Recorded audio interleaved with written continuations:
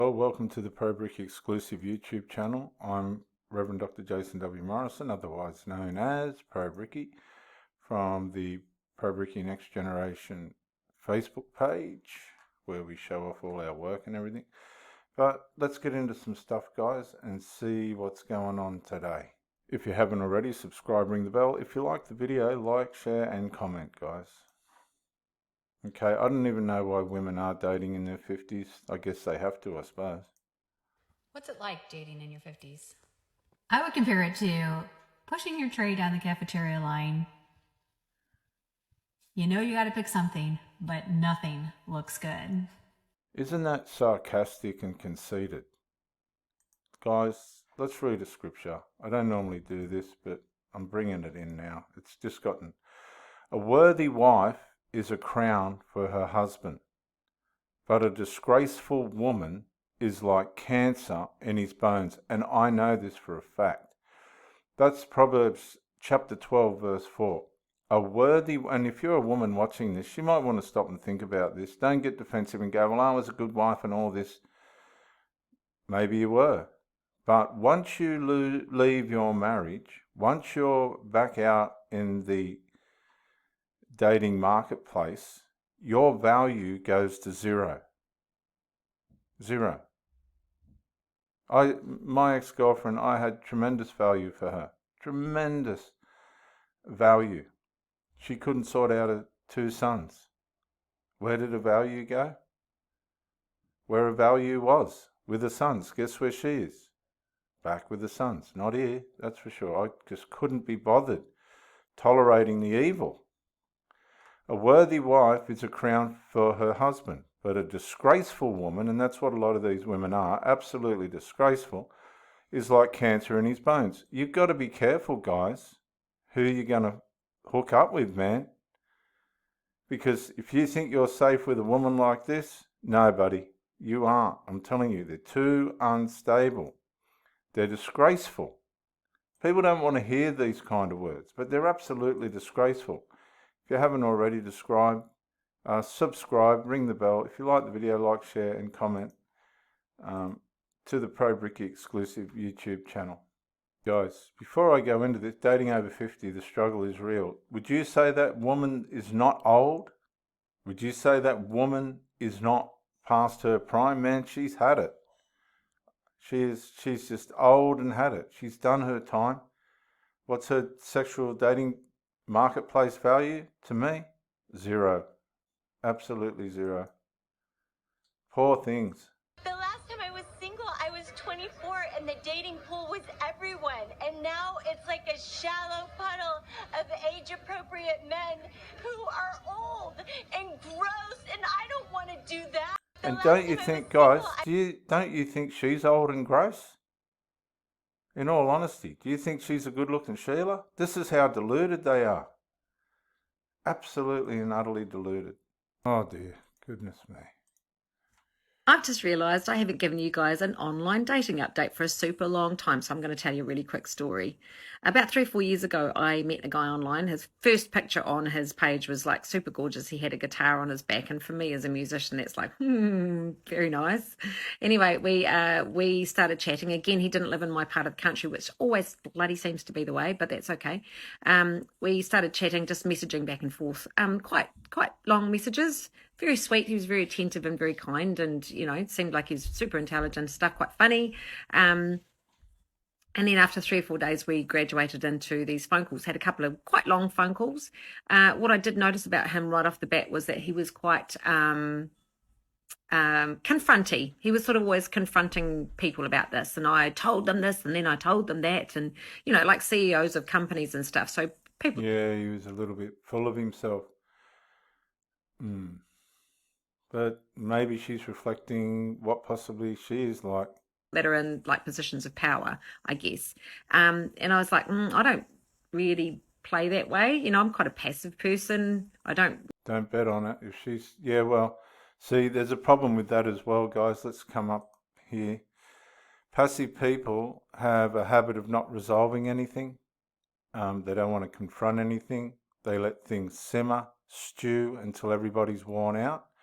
and then they waltz away like they've done nothing wrong. The fact of the matter is they've done nothing at all.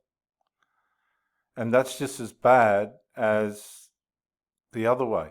That's the extreme passive version of the extreme aggressive version. Both are wrong. I think people should be genuine and legitimate about whatever issues there are, enjoy life otherwise, and resolve things. But being passive doesn't resolve anything. I've noticed this. In fact, it's a form of aggression. Really have arguments with people if things are not, you know, if someone doesn't think the same way as me, that's totally fine. But I just kind of tend to move away from them. Still love them. Of course. Now listen, this is the thing. If somebody, they could have a grenade about to go off in front of them, right? The wick's lit and everything, and they'll stand there and do nothing, right? At least of somebody that's got a bit of go in them will at least throw himself at the grenade and try and get rid of it, even if it blows them up. These people are very dangerous, guys. They're very, very dangerous. They run on their looks. And when push comes to shove, you'll find people that don't resolve the little things will definitely not resolve the big things.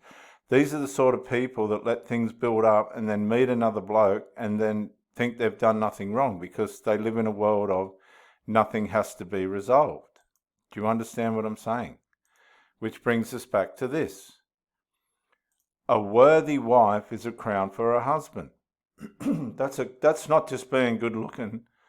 Excuse me, guys, sorry. That's not just being relatively good looking, and I wouldn't say she's overly good looking. But a disgraceful woman is like cancer in his bones. Passive-aggressive behaviour is the worst behaviour I've ever tried to deal with. It goes into silence. It lets things just cancerize. It's like rust on steel. And they waltz off into the sunset, back into their dysfunction, like nothing was wrong from the start. It's the most destructive, chameleonized form of dysfunction that I've ever had to deal with. And mate, this woman is dangerous. I can tell you she's dangerous. To pieces, but just move away. I don't like have arguments with people. So I did find that a Okay, little bit. so she likes to avoid the issue. Look at her eyes. She likes to avoid the issue. She doesn't care who it harms or hurts. And once you get caught in the fangs of these types of rattlesnakes, and sorry guys, I'm just being straight to the point, man, you got no hope. They just want to go with the flow. They don't give a fuck who's going down the stream, whether they've pushed them in or not. Nothing seems to matter. I had this trouble with a couple of my girls, particularly the last one. She would not. The unresolved was more important than the relationship. I got tired of it. I just said, I'm sorry, I cannot do this shit anymore. It's abuse. These people will abuse you, but they'll do it in the most quiet and subtle way. They'll send you out of your mind. Weird.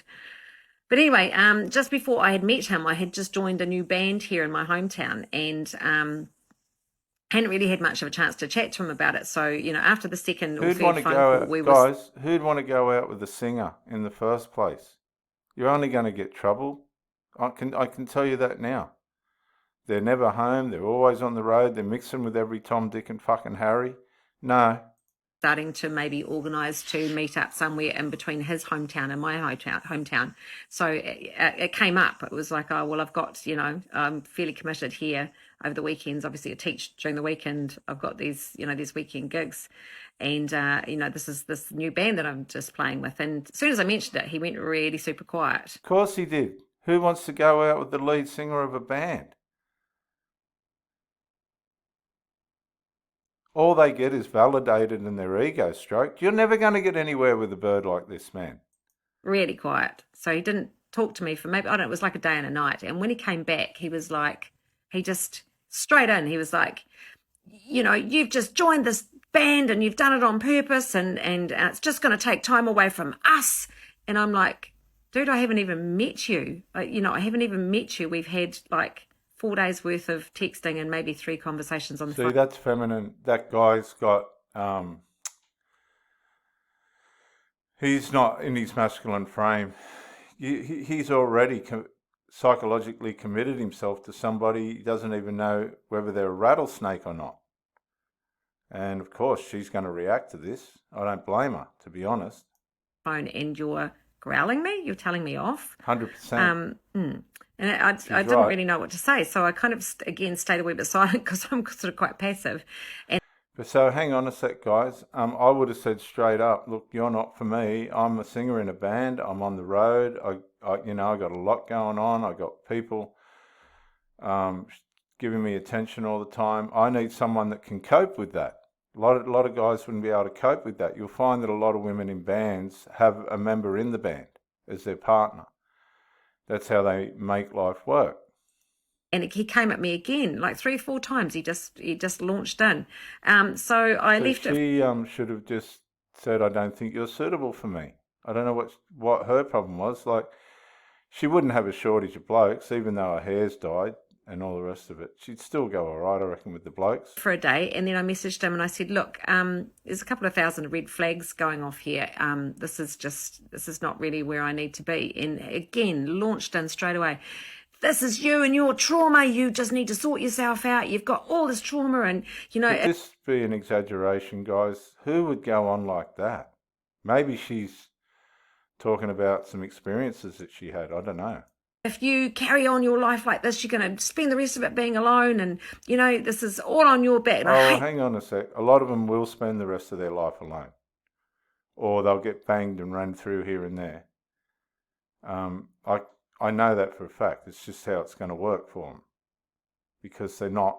Look, guys, a worthy wife is a crown for a husband, or a crown for a boyfriend, right? A worthy girlfriend is a crown for a boyfriend.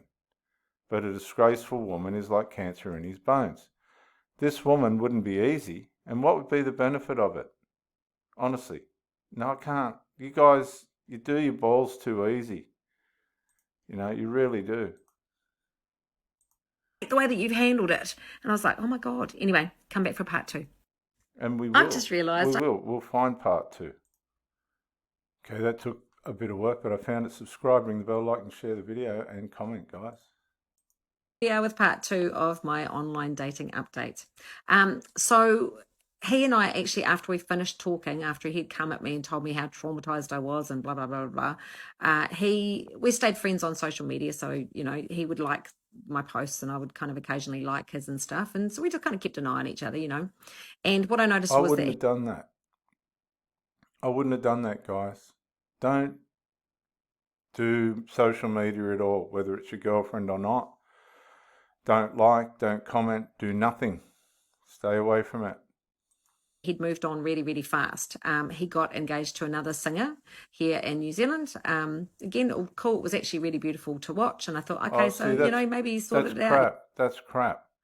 How come he was saying she was traumatized for whatever reason? I don't even think he was making sense. And then he's gone and got engaged to another singer. How does that work, man? What the hell? He's found his person. That's really cute. And about 6 weeks ago, he messaged me out of the blue. Hadn't spoken to him for 3 or 4 years, and I was like, okay, what's going on here? And it turns out he'd actually split up with his fiance, and was like, hey, beautiful, what are you doing? Wanted to catch up again and all that sort of stuff. So I was like, maybe he's changed. Maybe we'll give him the benefit of the doubt here. So that's how silly these women are. People don't change. They don't change, man. I've tried 1,000 different ways. In this place where I live, they come in, we bless them, man. We show masculinity. We try and be good company. We feed, let them have full access to our lives. They ain't going to change, man. In fact, if anything, they go backwards. We started messaging back and forth a little bit, and then graduated into phone calls and stuff. And what I noticed again really fast was he was even more confronty than what he was the first time I chatted to him. So why was she continuing on with it, man? I was like, oh, I don't know. Again, I don't really live And like. let me ask you this, guys. Why was she on her own? She was still on her own. Can you see what's... Guys, That, so it's quite hard for me to deal with. And he all of a sudden, what I noticed that he was also telling me about how much he knew about everything. He knew everything about building tiny houses and about the way that water ran and about the government and he was a healer. And he'd been given a gift as a healer. And out of everyone in the world that he knew, he was the cleverest. So, good and God. then Well, what's she talking to this guy for? when he gets to his the last part of this conversation was, and this is actually where I kind of clicked off, because he goes, this is the clincher. His ultimate goal in life was to build a little tiny house out in the country on the offskirts and live off the land. I'm like, yep, cool. And to have multiple wives. Oh, God. Sounds like a fool. That's what he wanted, was to have multiple wives. Oh my God, how do I end up with these freaks? What the hell? What the hell? And that's what's So happening to them, guys. That's what's happening to them out there in the sexual dating marketplace. Or just in the dating marketplace, man. That's what's going on out there. Honestly. Honestly, I've had women, I've never had an argument with them, but had to ask them to leave because they just wouldn't resolve the simplest of things.